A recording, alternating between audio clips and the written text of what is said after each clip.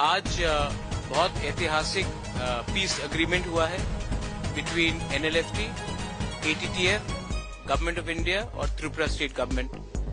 त्रिपुरा में हम जो वहाँ के जनजाति हैं, हमारे जो इंडिजिनस लोग हैं, बहुत साल से हम लोग सन ऑफ द सॉइल्स हैं और हमारा बहुत सफरिंग्स रहा है। हमारी बात आज तक बहुत कम लोगों ने उसमें ध्यान दिया है, नेशनल मीडिया ने भी इतना ध्यान नहीं दिया।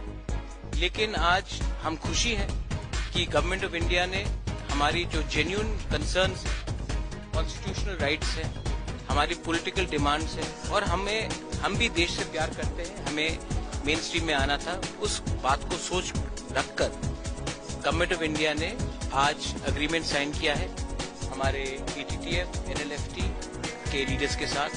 35 साल तक इन्होंने स्ट्रगल किया। इनकी लड़ाई हिंदुस्तान के खिलाफ नहीं थी, इनकी लड़ाई हमारे लोगों के हित के लिए थी।